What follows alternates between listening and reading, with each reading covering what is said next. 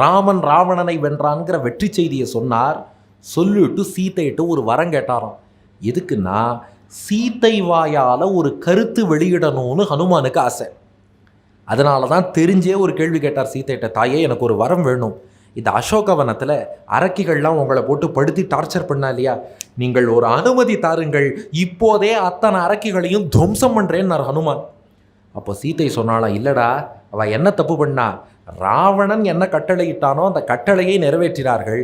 அப்படி இருக்க அவர்களையெல்லாம் போய் தண்டிக்கிறேங்கிற, நாளைக்கு விபீஷணன் ராஜாவாயிட்டான்னா அவன் சொல்கிற பேச்சை கேட்க போகிறா. அவள் கவர்மெண்ட் எம்ப்ளாயீஸ், பொதுவாகவே அரசு ஊழியர்கள்ங்கிறவா அவள் சுயமாக எதுவுமே யோசிக்கக்கூடாது. அதுதான் ரூலே. உனக்கு மேலதிகாரி என்ன சொல்கிறானோ நீ பாட்டுக்கு செஞ்சுட்டே இருக்கணும். ஒரு ஊரில் பாருங்கோ, ஒருத்தர் என்ன பண்ணாராம், குழி வெட்டிகிட்டே போனார். இன்னொருத்தர் மண்ணு போட்டு குழியெல்லாம் மூடிகிட்டே போனார். ஒருத்தர் வெட்டிகிட்டே போயிட்டு இருக்கான், இன்னொருத்தர் மூடிகிட்டே போயிட்டு இருக்கான். ஒருத்தர் நீ வாயா, நீ எதுக்கு குழி வெட்டிகிட்டே போகிற, நீ ஏன் மூடிகிட்டே போகிற? நாங்கள் 2 பேரும் அரசு ஊழியர்கள்னு.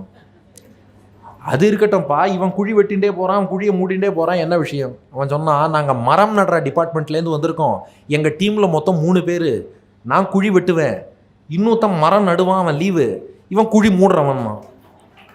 அவன் கேட்டான், அப்போ அவன் லீவுன்னா யாராவது மரத்தை நட வேண்டிதானேன்னு கேட்டான். இவன் சொன்னான், இல்லை மேலதிகாரிகிட்ட போனோம், நான் மரம் நட வேண்டியவன் இன்னைக்கு வரலன்னு சொன்னோம். டேய், அடுத்தவனை பற்றி உனக்கு என்னடா கவலை, உன் வேலையை நீ பாருன்னு எங்கள் மேலதிகாரி சொல்லிட்டார், அதனால் நான் குழி வெட்ட வேண்டியவன் வெட்டிகிட்டே வரேன், மூட வேண்டிய. எதுக்கு சொல்கிறோன்னா, அதை போல் ஒரு அரசு ஊழியர்னு இருக்காருன்னா அவருக்கு என்ன கட்டளையிட்டு இருக்காளோ அதை அவர் பாட்டுக்கு செஞ்சுட்டு இருப்பார். இவாளுக்கு ராவணன் கட்டளையிட்டது என்ன, சீத்தையை டார்ச்சர் பண்ணு, அதை அவள் பண்ணிட்டா. நாளைக்கு விபீஷணன் ஆட்சிக்கு வந்து சீதைக்கு பணிவிட பண்ணுன்னா பண்ணுவா.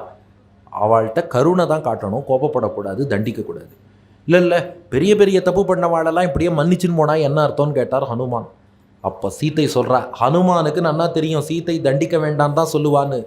ஆனால் நமக்கு வராக சர்ம ஸ்லோகம் இருக்குது, ராமச்சர்ம ஸ்லோகம் இருக்குது, கிருஷ்ணச்சர்ம ஸ்லோகம் இருக்குது, தாயார் திருவாயால் ஒரு சர்ம ஸ்லோகம்னு ஒன்று கிடைக்கணும் இல்லையா?